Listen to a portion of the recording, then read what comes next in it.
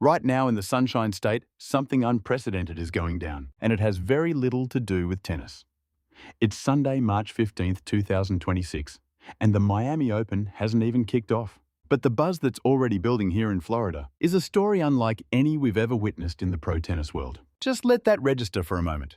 Because as the WTA goes through its standard tournament motions, the usual shuttles and routine check-ins, with players discreetly settling into their hotels, Florida just pulled a move that caught everyone completely off guard. Governor Ron DeSantis personally greenlit a full executive-level welcome for Alex Eala. This wasn't just a handshake for the cameras or a polite phone call. This was a full-blown state protocol reception, the kind of treatment usually saved for world leaders. Okay, I know what you're probably asking yourself. Why on earth would the governor of one of America's biggest states personally focus on a 20-year-old player from Quezon City? The answer is surprisingly straightforward, and it all comes down to money and analytics. See, after Alex's incredible performance at Indian Wells, where she pushed the world's number 4 player, Coco Gauff, to retire from the match and cashed in over 63 million pesos in winnings, Florida's economic team started crunching the numbers. They analyzed the surge in ticket demand. They tracked the spike in hotel reservations. They even monitored inbound flights from Southeast Asia, and the data painted a crystal clear picture. Alex Eala represents the single most significant commercial force in the entire 2026 Miami Open. This isn't about a feel-good narrative. This is purely about economics. When the Eala Nation shows up in Miami, and believe me, they are showing up tens of thousands strong from every corner of the planet, they're bringing a massive amount of spending power with them. They bring a media frenzy and an electric atmosphere that no one else on the roster can even come close to matching. DeSantis gets it. His entire staff gets it.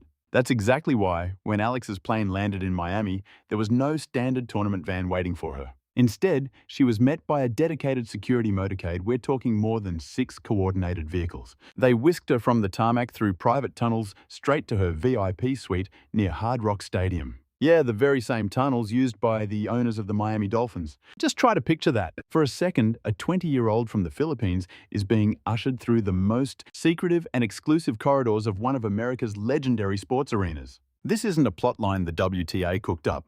This is the real world acknowledging the arrival of a global superstar.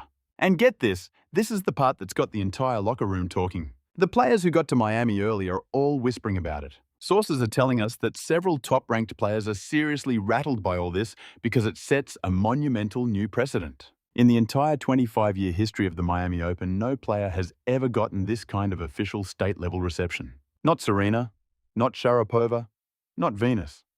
Alex Eala, March 2026. So what does all this mean for the actual tournament? Well, the draw is out, and Alex is sitting pretty as the 32nd seed, which means she gets something the others don't, a first-round bye. So while everyone else is slugging it out in qualifying matches under the brutal South Florida sun this week, Alex gets to rest recover and get ready with the full support of the governor's office. The WTA had nothing to do with that. The bracket fell that way.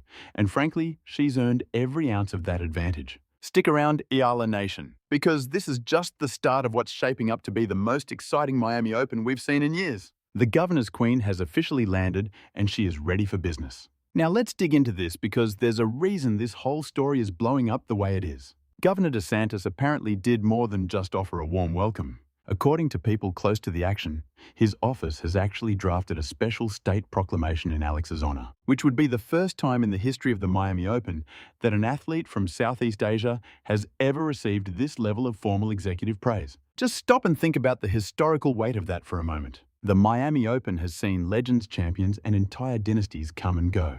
And still this moment, this very specific one, belongs to a 20-year-old Filipina who only 18 months ago was still scrapping her way up the rankings. So why now? Why is this the year? That 63 million peso winner's check from Indian Wells is a huge piece of the puzzle.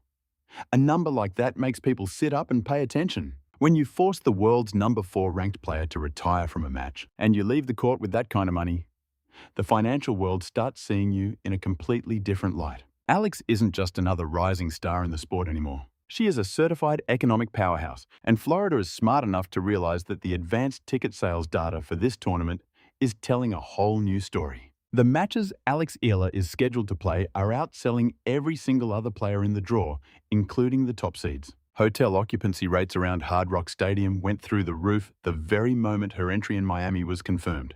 Local Filipino restaurants, cultural businesses, and community organizations, every single one of them is reporting a massive surge in business that's directly connected to the arrival of the Pine Army. This is what a real mobilized fan base looks like. This is the Alex Eala effect on a city, on an economy, and on an entire region. And here's the part that has to be a tough pill to swallow for the establishment. The WTA didn't engineer this. They didn't build this fan base. They didn't cultivate this kind of worldwide loyalty. Alex and the Pine Army built that from the ground up, one match at a time, year after year, tournament after tournament. The WTA is only just now waking up to a reality that Eala Nation has been living for years. In the meantime, inside Hard Rock Stadium, Alex's practice sessions are pulling in something nobody could have predicted: massive crowds. We are talking about viewership for a practice that is rivaling the live broadcast numbers of actual main draw matches for other players. The WTA's own analytics team is reportedly scrambling to figure out how to even process those numbers because they don't conform to any model they've ever used. When a practice gets more eyeballs than a ranked player's real match, you're not just looking at an athlete. You are looking at a phenomenon, and the Florida governor's office seemed to understand that before the tournament even kicked off. Coming up next, we're going inside the Nike partnership that took everyone by surprise. The custom-designed gear, the cultural homage, and the secret detail that will have Alex stepping onto that court Tuesday, wearing something that represents so much more than just a logo. Beaverton, Oregon, Nike World Headquarters. Look, most players who visit Nike get the standard treatment: a tour, a sneak peek at new gear, a photo op with their signature kicks. The usual deal. But what went down when Alex Eala stepped through those doors was anything but standard. As she made her way through the legendary Nike tunnel, walking past murals of icons like LeBron James and Serena Williams, insiders say she spotted something on a wall that made her freeze in her tracks, her own face beneath the banner declaring "History in full bloom." And that was no accident. That was Nike making it crystal clear where they see her career heading. But the one detail that's really got people buzzing is this: Nike has apparently greenlit a custom Nike by You collection exclusively for Alex. This line prominently features the sampaguita, the national flower of the Philippines, integrated directly into the design of her on-court apparel. This is way more than a marketing stunt. It's a calculated cultural homage. It's a tribute to her roots, what she stands for, and the entire journey that brought her to this very point. When she steps onto the court for her Miami debut on Tuesday, she won't just be playing a match. She'll have the symbol of an entire nation woven into the very fabric of her gear. And we're hearing the story goes even deeper. The Nike design crew reportedly made a small white star-shaped accessory inspired by the sampaguita's unique shape, meant to symbolize Alex's meteoric climb from outside the top 100 to world number 28 in the live rankings. It's tiny, it's understated, but to anyone who gets the reference, it means absolutely everything. Okay, so here's why this is a huge deal from a strategic standpoint, not just an emotional one. Alex rolls into Miami as the 32nd seed, complete with a first-round bye. This means while the rest of the field was grinding it out in early rounds, Alex got extra time for recovery, preparation, and rest. And she didn't waste a second of that time just relaxing. She used it to hone the deadliest weapons in her arsenal. Her practices at Hard Rock Stadium have been described as both relentless and precise. Onlookers, including other coaches and players, have seen her drilling one particular play over and over, systematically dismantling baseline rallies with her signature left-handed angle. And if you've been following the tournament projections for the third round, you have a pretty good idea why she's perfecting that exact shot. We'll circle back to that in a minute. What I want you to really grasp right now is the bigger picture of what's happening on Tuesday. Picture Alex Eala stepping out onto the court at the Miami Open as a seeded player decked out in custom Nike gear that celebrates her heritage with the full endorsement of the state's governor. Add in tens of thousands of Pinoy Army fans screaming their support from the stands, and you realize this is more than a tennis match, it's a coronation. And for the player on the other side of the net, they aren't just going up against another ranked athlete, they are walking directly into a perfect storm. Now, let's discuss the name being whispered up and down the locker rooms. Iga Swiatek, world number 2. Arguably one of the greatest clay court specialists ever and one of the most feared competitors of her generation. And by all accounts, she has not been resting easy this week. And this is why. Swiatek's campaign at Indian Wells ended abruptly in the quarterfinals, an upset that reportedly shook her team more than the result led on. The loss to Svitolina exposed a weakness her camp has been discreetly trying to fix her poise under pressure when opponents managed to disrupt her game's rhythm. She even mentioned it on her social media, calling it a tough day. She's trying to move past it. But moving on gets a lot harder when the Miami draw sets up a potential showdown with a well-rested governor-backed Nike-sponsored Alex Eala as early as round 3. And Swiatek's camp knows the history all too well.